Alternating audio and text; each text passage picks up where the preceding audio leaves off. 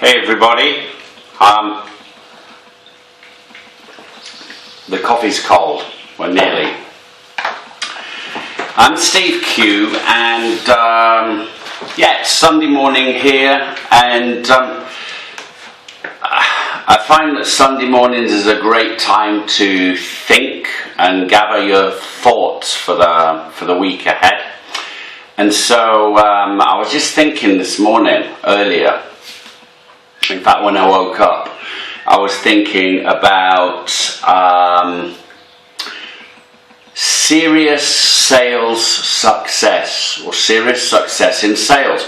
But what I was thinking about is that a lot of people don't take sales seriously, and we've talked before, haven't we, about or at least I have, maybe you've watched, about how a lot of people don't take sales very seriously and view it as like a stopgap almost before getting a proper job. And I think that's crazy, personally, because you can be really, really successful in sales. So what are the things that we need to do? There's a few things that I was recently in a company in the UK doing some consulting, and they had a new person come in who was from quite a successful corporate sales background, but in a different industry to this one. And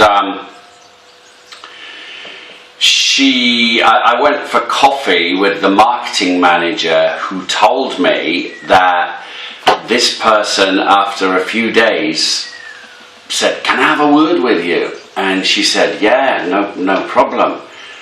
And she had no idea what she was going to ask her. And then she said, "Am I actually supposed to be picking up the phone here, or what's the deal?"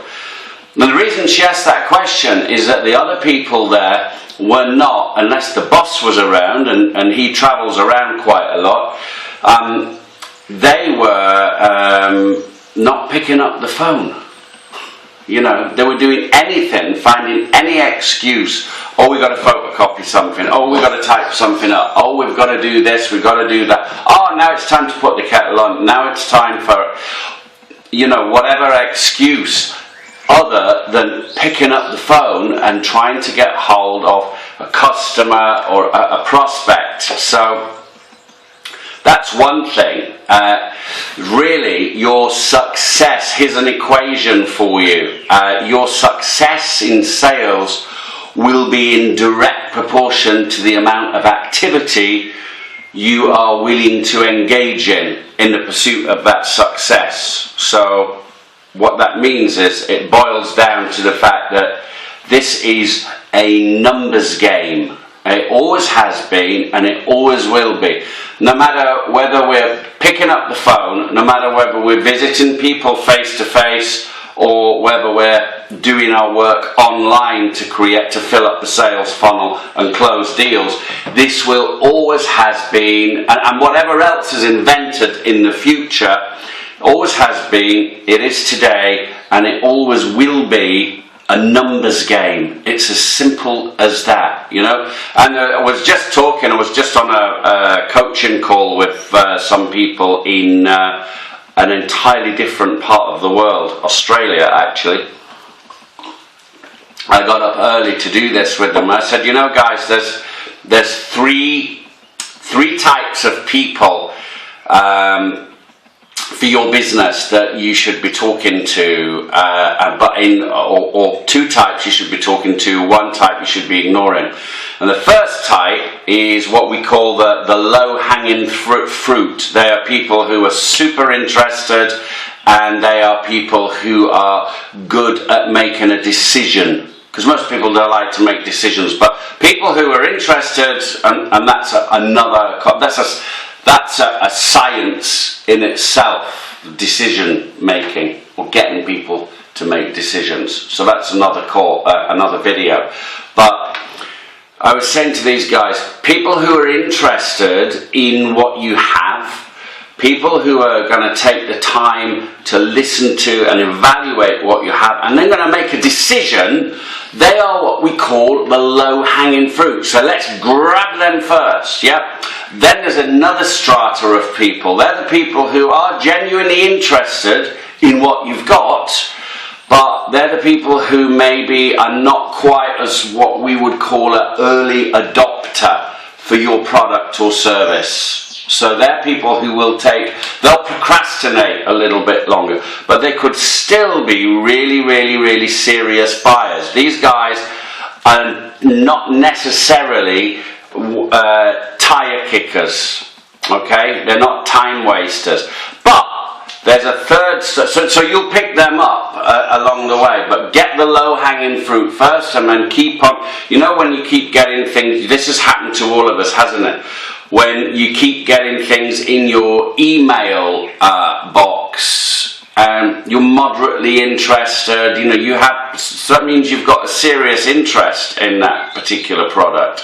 And then you keep seeing those amazing follow me around adverts online, and it just keeps jogging your memory, doesn't it? Just keeps putting it in there. This is a very, very, very scientific and clever way of getting you to buy, because if you've not been the early adopter in that scenario and not bought, then you need your memory jogging, and if you're not interested, you'll just click and you'll get rid of the ad, or you'll just ignore it, or waste a salesperson's time if you call up the number from the advert. But generally, we end up buying over a period of time, don't we? You know, and this is the same thing. You've got to keep yourself, your product, and your service in your prospect's mind. So that's the middle strata of people who don't snap it up, who are not the low-hanging fruit clients. And then you've got a third strata of people who are what we call complete and utter time wasters. These are the guys who will never buy, and so if they're never going to buy and you are dependent on them buying for your maybe status in your company, the amount of commission that you're going to earn, and your bonus and everything like that, how much time do we want to spend with people who are never going to buy? How much time?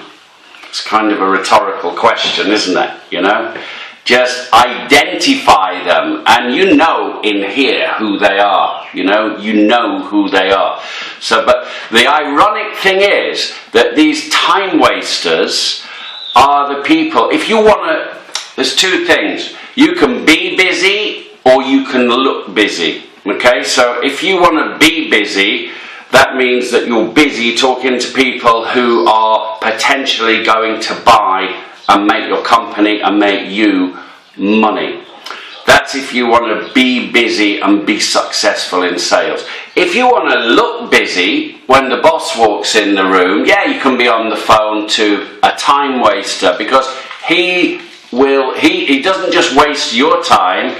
Time wasters waste their own time. So he's happy to talk to you probably far longer than any serious prospect is, to be fair, because he doesn't care, but he's never going to buy. So how much of your valuable time, don't forget, we spoke before in a previous video, time is your most valuable resource. Yeah.